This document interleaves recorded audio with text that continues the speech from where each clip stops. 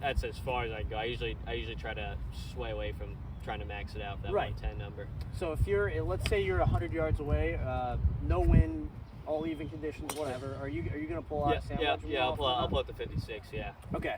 So one thing that you can work on, and this is one really good way to control distance, is you don't typically don't want to ever max out your wedges because that just adds spin, and that's going to throw the ball higher up in the air. There's more chance of it to get affected by anything that's up there.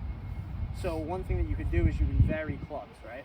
And another thing that this is going to do is this will, again, like we were talking about earlier in the lesson, is it's going to help you really control your ball flight.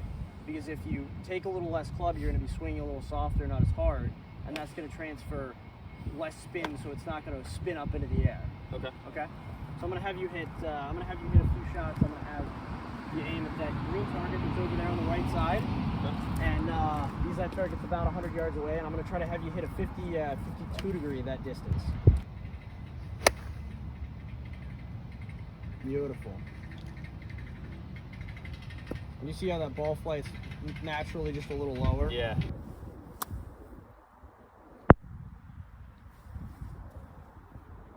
a good one.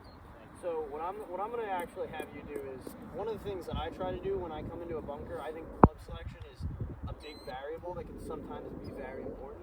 I'm going to actually give you your 52 because you have more green. I know that you're going to get release even with the 56 in these conditions, but the thing about having a little bit less lofted club, you don't have to worry about trying to really accelerate down into the ball as much. You still want the acceleration, but you don't have to worry about that as much.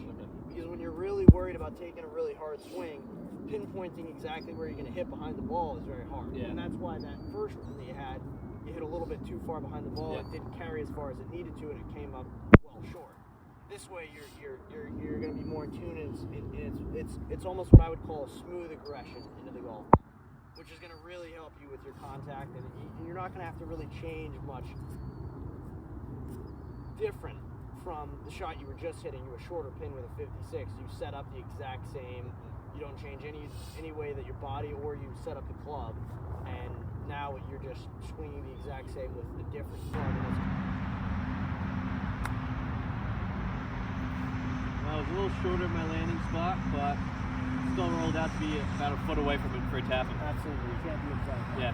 That's the beauty of the more you pick out those spots, you're gonna get more stringent upon yourself, and you probably miss that by maybe a foot or two. Yeah, I just left it a little short. I got a little under it because it was a little teed up from this rough. But like I said, my original spot was about 3 paces on, and it barely just kind of made the green with the pace on, and just that difference right there of where I landed it to where I intended to land it was why I came up so short, or not just so short, but just short of the green. But it's still a tap and putt. I'm happy with it. Absolutely. I have green behind that front pin to work with, so I have my 9-iron, which is kind of like my 155 club. Right. So I believe that kind of like 10 extra yards should be enough to get it there. Absolutely, sounds like a plan. Go ahead and give it a swing.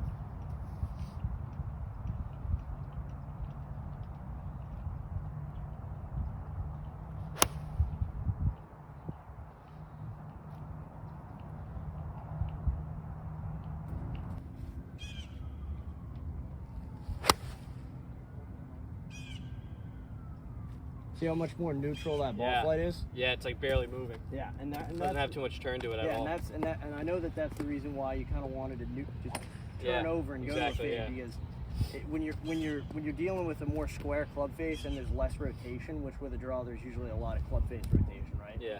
So if you're going and you're more square down the line into a little open, there's much less room for error, whereas if you're back here and you're throwing your hands at it, you're turning that club face over a lot, there's a lot of room for you to mess up, and if you don't time it up right, you're hitting it way out to the right, and if you do it too much and you get a little early with it, it's going way left. So this is a lot more consistent. It's not more of like a timing thing anymore, right? Yeah. Perfect. You're feeling that handle drag through, and it's going to make you a lot more consistent on where it's going.